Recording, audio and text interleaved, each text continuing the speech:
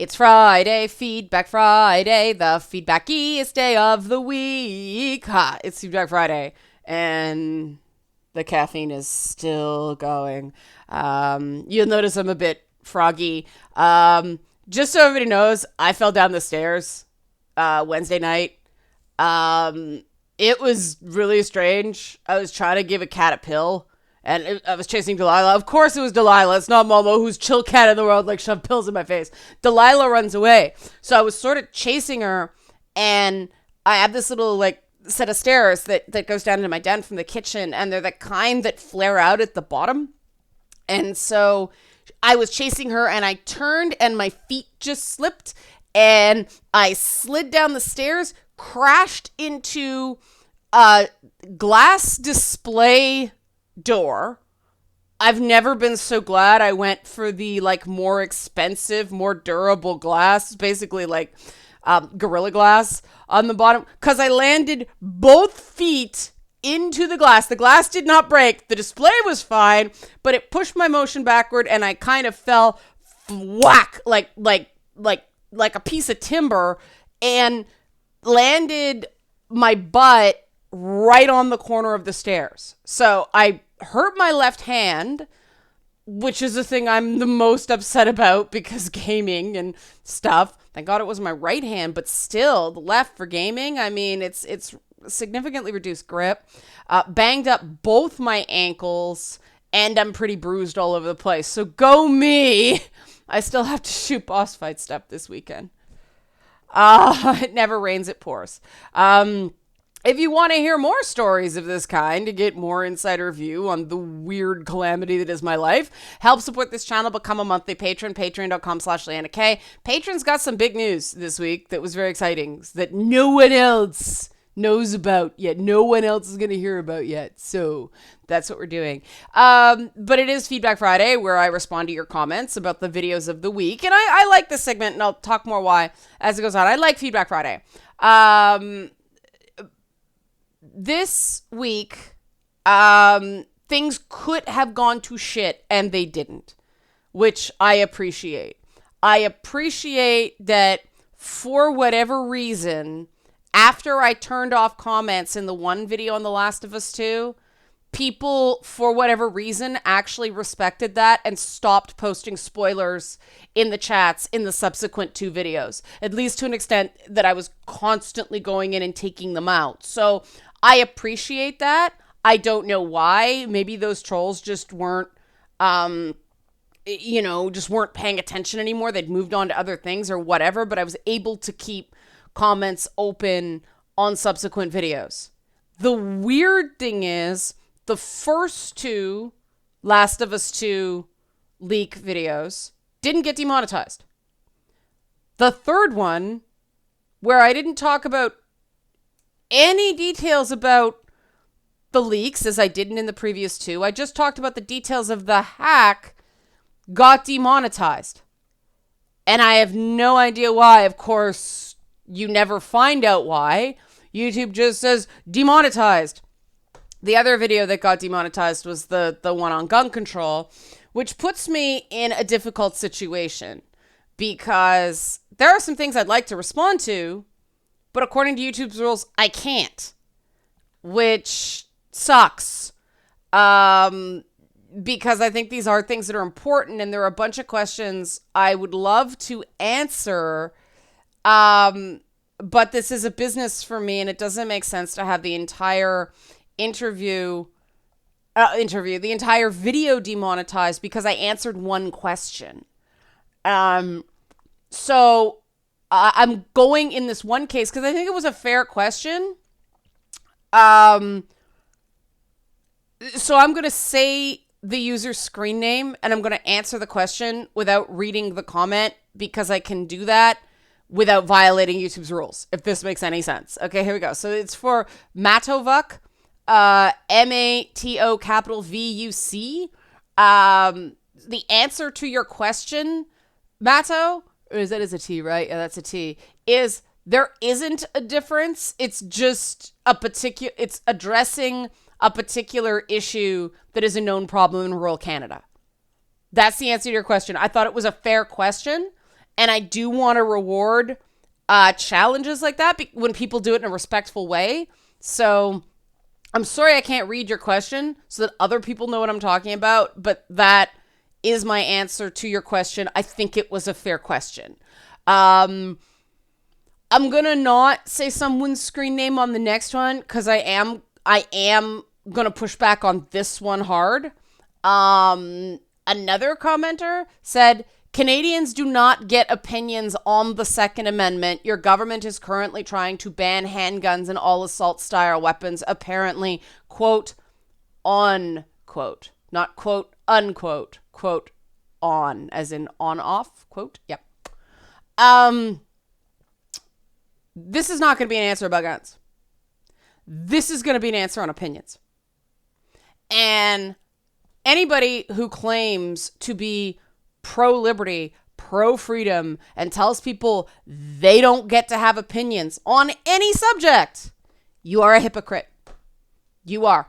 Because if you are pro-freedom, you have to be pro-freedom for everybody. And the most important freedom the most important freedom out there, the most important human freedom is the right to be an individual and, consult the counsel of your own mind. It is the most authoritarian thing you can possibly do to tell people what they do and do not have a right to think. And that is what you are saying when you say blank don't get opinions on blank. And I find this especially ironic because most Americans are cool about this, but there's a subsection of Americans who are rah, rah, rah, Second Amendment, you don't get the right to have an opinion. And yet they're the ones that went totally monkey shit on Jordan Peterson and our human rights code, having no idea how our Canadian human rights code works. Our entire legal system is a completely different structure than the US because it's adapted British common law. And so people from the US had all these uninformed opinions telling me why I was wrong when they didn't even have a basic understanding of how our human rights code and our human rights tribunal works. But, I can say their opinion was uninformed. I can say they were wrong. I can say they don't know what they're talking about. That is not the same as telling them they don't get to have an opinion. Of course you get to have an opinion. Okay? When I was younger, I was guilty of this too. So full disclosure. But, oh, wow, I just noticed my face is kind of puffy. Jeez. Ugh. And yes, this is true across the board. People who use the annoying shorthand, men don't get to have an opinion on women's rights. Well, yeah, men do get to have an opinion.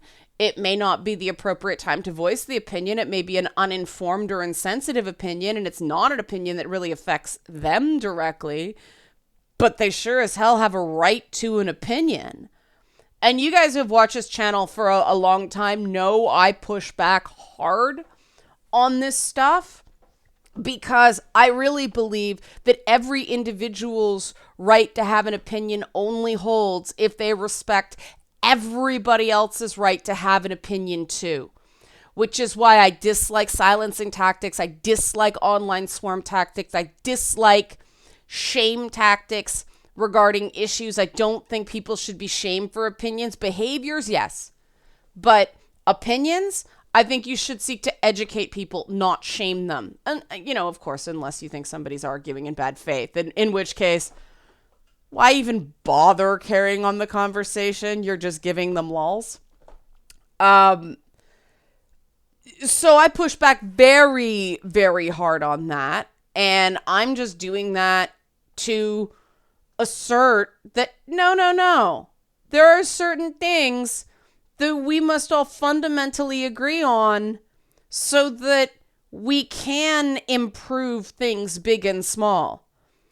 And the one thing anybody who's actually truly concerned about freedom and or progressive social change, hate to break it to you, political extremists, the two things are linked. Freedom means progressive social change. It means people get to do things that you may find immoral or disgusting that don't hurt anybody else. Okay? That's freedom. That's pretty much the definition of freedom, which is totally in line with progressive values. And that's why people get so frustrated with the, far aligned authoritarian wings of the right and the left. That for all their lip service, they're really not progressive and they're really not pro-liberty. Because all their actions, all their positions are in opposition to this. Now, I think I've made my point, so I'm going to move on because the stuff, and I want to be clear, those were just, like I said, I want to reward respectful disagreement by taking a few comments that sort of disagreed or challenged me. Most of the stuff I saw in the comments was basically people voicing their own opinion. And, as I said, people have the right to their opinion. That's what a comment section is for. I just found it very interesting to read the different perspectives people came at this through, and they were on topic. They were talking about how video games informed their personal opinion, and I thought that was great. So that's the only opinion I have on most people's opinions. It's awesome that you have an individualized opinion that you thought about. That is more important to me than the specifics of that opinion. So moving on to the Last of Us 2 leak. Very strange that the first two were not demonetized. The third one was. Weird. Since I didn't talk about spoilers in any of them. But I love it when people add additional detail in the comment section because it gives me an excuse to revisit the issue and get more into detail. Because one of the things that's a little frustrating about talking about tech on YouTube is there's only so much time you can allot for videos, for a single video. And so sometimes you have to sort of gloss over the technicalities of this sort of stuff. I think, though, that what happened with this Naughty Dog thing, it is a cautionary tale in so many ways. So I think it's really important for people to understand what happened. So one, AAA companies can fix their shit because I'm sure Naughty Dog's not the only one doing this, but also so people really understand what the issue is so that they don't get bogged down in sort of conspiratorial or magical thinking. So kudos to Alan Sherrill for this comment. Regarding the point of just change the password, it isn't so simple because the password used to communicate with the Amazon server is apparently used by the game client. If they change the password, the games would lose access to the servers until they are patched. Microsoft and Sony charge additional patch fees to discourage release first, patch later approaches, which is very interesting. I'll read that again. Microsoft and Sony charge additional patch fees to discourage release first, patch later approaches, which means they're trying to discourage people from shipping their games broken. And test cycles will have to be run to approve the patch and verify it doesn't introduce unexpected bugs somewhere in the game. So this can add significant costs. This isn't, okay, all that is absolutely true. I'm sticking a pin in these things because I'm glad we're getting into this granular detail. This isn't to say this isn't an egregious mistake, however. That's why I'm like, oh, this comment getting good. Keeping development tests and production environments separate is common practice for application development. I would assume the same for game development. Not storing development files for unreleased games on live production servers that are used by current customers is common sense that anybody could point out, regardless of background or training in software development. It's that training in software development part that was why I tied it into, the accusations that Naughty Dog's cancel culture means people are afraid to speak up. A lot of the design directors, a lot of the people who are making the top level creative decisions and are therefore running the studios have no training in software development. They have a lot of training in performative arrogance, meaning they don't listen to the software developers because One thing that drives me absolutely insane about all forms of media production is there's this false barrier between the technical people and the so-called creatives. There is a lot of technicality in creativity, and there's a lot of creativity in so-called technical pursuits, especially coding. There are a lot of different ways to code something. The creativity is, I mean, efficiency is is a big part of the creativity. But there are a lot of different ways to make something do the same thing, outwardly. How many system resources and how efficient it is in the background is a different story, right? And, Alan and I came to the same kind of, how would you, but the truth is, people do it all the time. I mean, I'm a new folder junkie when I work in media. Every episode of a show I do has its own folder where all the media for that episode goes in there. And then there's a shared assets folder for stuff I use every episode. This is so I can find it. But it is also, if there are any issues, you don't have to go running down media in a million different places. It also, because I copy files in this process, it also creates redundancies. So if a cluster goes down or a particular drive dies or anything like that, I haven't completely lost the media. That's not always possible to do because you run out of space and cost and all that stuff, but it's a good practice to get into if you can do it. And this is why I think this is a particularly inexcusable bit of sloppiness on Naughty Dog's part, because Naughty Dog's budgets are way higher even than those on third-party AAA games. They're Sony first party. Sony, they don't have unlimited purse strings, but they certainly have a lot more flexibility and a lot more sort of bankrolling than third-party developers do. And so the fact that they didn't even have, other people mentioned, like, why would you have your assets on the same server that your multiplayer game features are running off of? Yeah, like, this makes no sense from a foresight perspective. It does make a form of sense from you've got a lot of artists who don't want to learn a new password or don't want to switch to a new server. There's a lot of short-term expediency creating long-term security vulnerabilities and inefficiencies. And this is what happens when a company has been essentially, and I'm exaggerating a little bit here to make the point, in a constant state of crunch for about 7 years. 2013, now. I mean, Uncharted 3 was when Naughty Dog pretty much went, OMG, Naughty Dog, all the things, Sony, PlayStation, yada, yada, yada. So they went like Uncharted 3, Last of Us, Uncharted 4, which I argue is a significant drop in quality from 3. Then there was that weird standalone DLC, which really just kind of lacks something. And then Last of Us 2, super, super, super late. We don't have an announcement on anything else yet except for an Uncharted movie. You're seeing sort of the unraveling of the organization. And this is partially structural. It is.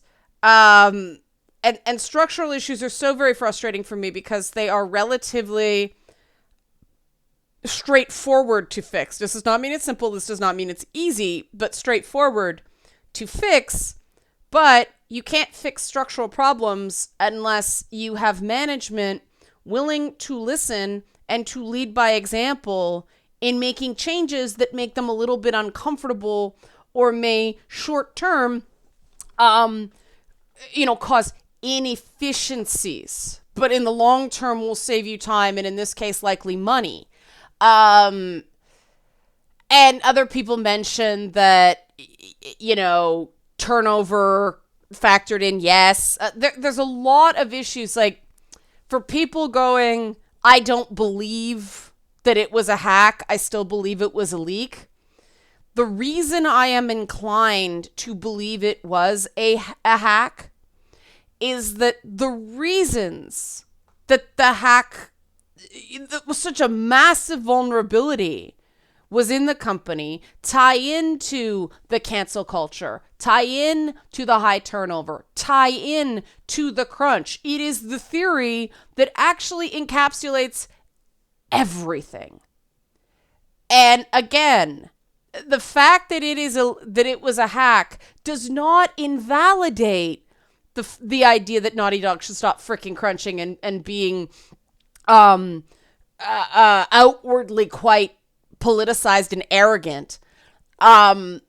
It's all the more reason it makes that argument stronger, right?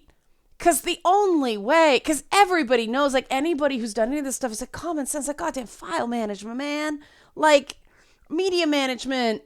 Anybody who worked on the old Avids back in the day know you have to manage media, you have to manage your workflow, all this stuff. But in this ongoing panic of crunch, this stuff goes by the wayside because everybody's just so tired and everybody's got people breathing down their necks and there's no effective communication. Everybody's either exhausted and ready to quit anyway, or they're afraid they're going to get fired. And so this really obvious stuff falls through the cracks. It shouldn't happen. It does happen because this is a badly run company. And yes, they make games that look beautiful with stories that move certain people. That doesn't mean they're not badly run from a management perspective. And it means it's not going to last. And, you know, one commenter said that, you know, just playing devil's advocate, I've seen when dates get extended, as you suggest, the same crunch still happens. Teams just eat up all that slack. And this commenter says, maybe it is something about human nature. It's not. It's a sign that you don't have producers making sure those milestones are managed. And yeah, I mean, this commenter's right. Commenter's name is Griff Daddy. This commenter's right that, yeah, some teams can have, no matter how much time you give them, no matter how reasonable the deadline is, they still are late. That's not human nature. That's bad time management. We all know people, there's a lot of teams that fart around in the early days, not keeping a steady pace throughout the development cycle. They slack off in part because they're so exhausted from shipping the last game. And so they fall behind, and no matter how much time they're given, they're always late.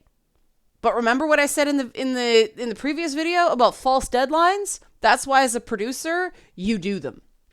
There were a few comments too, and this is something that I've experienced well. So I just want to validate a particular element, because I think it's important to validate legitimate complaints. So if any, you know, management is watching this, keep this in mind. People who do highly specialized tasks that their bosses don't understand, and then the bosses go, "What's taking so long?" I even heard from somebody going, "I've watched a couple YouTube videos on this. Anybody can do this. It shouldn't take you 5 hours. It should take you 2. And everybody's chuckling right now because, yeah, right. You become an expert on how long something's going to take based on a YouTube video that doesn't get into the details of a specific project. This is Dunning-Kruger in management is incredibly frustrating. And it's a real skill in management to know what you don't know. And it's always better to go, can you walk me through why this is taking so long, as opposed to, what's taking so long? It shouldn't take this long. It should take, don't be an asshole that way. Managers, because you know what it usually is? You know why a 2-hour job took 5? It's usually communication between people. And it's usually because you, manager, screwed up and didn't give the team collectively or individual members of the team the information they needed to go forward. It's usually somebody is waiting for an approval or comment that you didn't give them. This is the truth of whenever a manager goes, "What's taking so long? It shouldn't take this long." Managers should do this at their own peril because it's usually your fault. And I say this as a manager who tries to avoid that precisely because it's probably something I should have been aware of. Now, sometimes somebody didn't tell you. If people aren't telling you things, you have to figure out why. Because it might just be that this person isn't assertive enough. They know now. Let people know. But it might also be that your workplace punishes people from coming to you when a problem's small instead of when a problem's big. And we go back to the cancel culture at Naughty Dog. There's a reason cancel culture is so toxic. Because people being afraid to speak up, people don't become afraid to speak up just on one topic. People become afraid to speak up on anything because the issues that people go so crazy about are so insane that people are like, I don't know what's acceptable to tell somebody and what's not. So I'm just going to say nothing. I'm going to do my best with what I have and wait to get yelled at. And that's when these ridiculous, easily avoidable things are happen. I mean, what Alan said, going back to Alan's comment, the fact that your multiplayer, you can't just change things. So why would you have your internal stuff on the same server as your multiplayer functionality?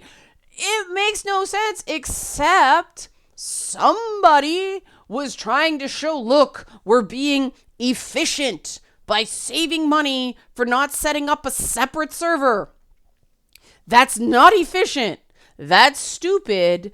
But if the manager with no software development experience doesn't know why that's stupid, they may go, oh, we don't need 4 servers. We only need 1.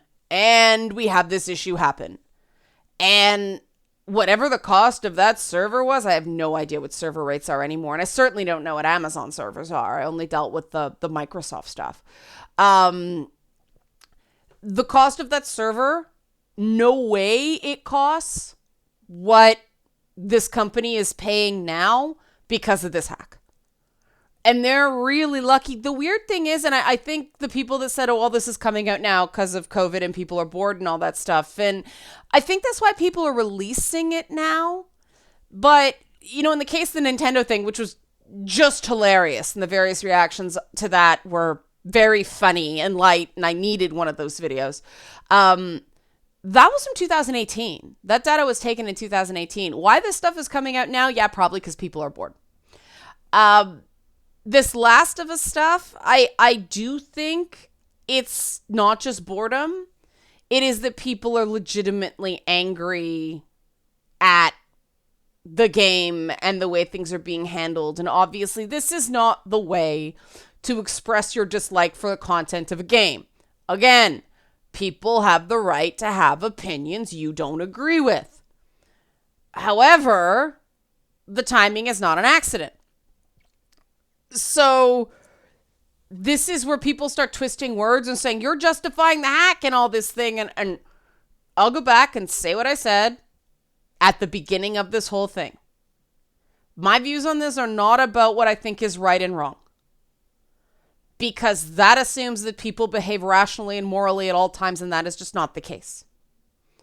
This is about what is predictable. And if you go to war with your consumer base, you can expect pushback. And some people will push back in ways that are not okay, that are wrong, that are mean, that are sabotage. But that's business. And that's, people will seize what power they have when you make them feel powerless. And that doesn't mean we should stop advocating for social change. That doesn't mean we don't, stand up for what we believe is right. Look at what I talk about. But there are ways of doing it, right?